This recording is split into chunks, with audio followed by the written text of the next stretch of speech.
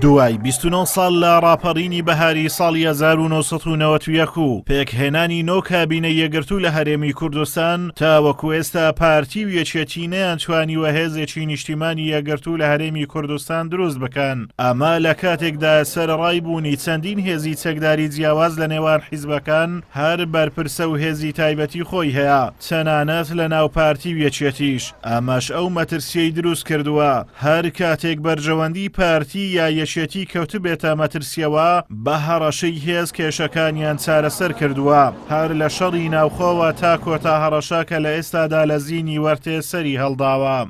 یەکێک لە ناشرینترین دیاریدە و قێزەوەترین دیاریدەی حیزبی کوردی بە تایبەتیش ئەم دوو حیزبە لە سەڵاتدارە بوونی دوو هێزی چەکدارە و لەنێ خودی هێزەکەشدا هێزی تاکە کەسیش دەستنیشان کراوە. زۆرجا ئەم هێزە چەکدارە خۆی بوویتە هەڕەشە لە سەرژانی تاکە کەسی و لەسەر ژیانی دەستە جەمعیش و لەسەر ئەمنیەتی کوردستانیش.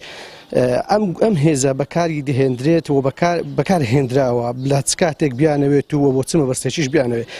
باشترین نمونەش و باشترین بەڵگەش بۆ قسەکانمان ئەم ململانی و چێشمەی چەند ڕۆژی ڕابردوو دیارە هەموو ئەمانەش بە تایبەتی ئەم هێزە چەکدارەش ڕێگرە لە چەسپاندنی دیموکراسیەتێکی باش و دادپەروەریەکی باش و تەنانەت هەڕەشەشە لەسەر چاکسازیکردنیش لە حکومڕانی کوردی. ئەم مەترسیانە نەک تەنها گرفتی بۆ پرۆسەی سیاسی دروست کردووە، بگرا کاریگەری خراپی کردوتە سەرژیانی ڕۆژانەی هاوڵاتیان.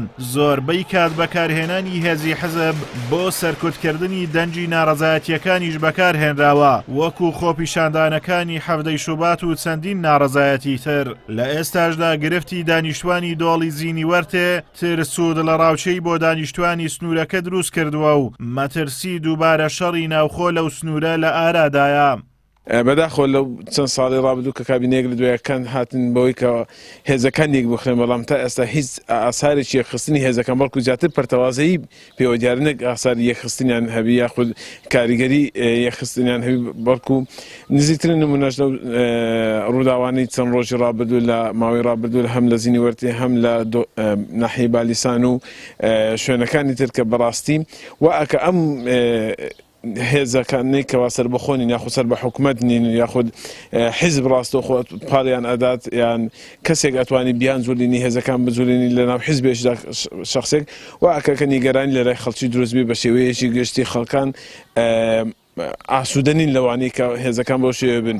یەکێک لە ئاوات و داخوازیەکانی هاوڵاتیانی هەرێمی کوردستان کە لە ڕاپەڕینی بەهاری ساڵی 1990 دروستکردنی کیانێکی سربەخۆی کوردی یەکگرتوو بە هەموو پێکهاتەکانیەوە دەرهێنانی هێزی چەکدار لە دەستی حزب لەبەر ئەوەی لە ماوەی ڕابردوودا کورد زۆرترین زیانی لەو ڕێگەیەوە بەرکەوتووە. هەر کاتێک حزب بیەوێ بە هێزی چەک کێشە و گرفتەکان یەکلا دەکاتەوە. ئازادۆمەراوەی کەناڵی ئاسمانی پەیام، قەزای سۆران.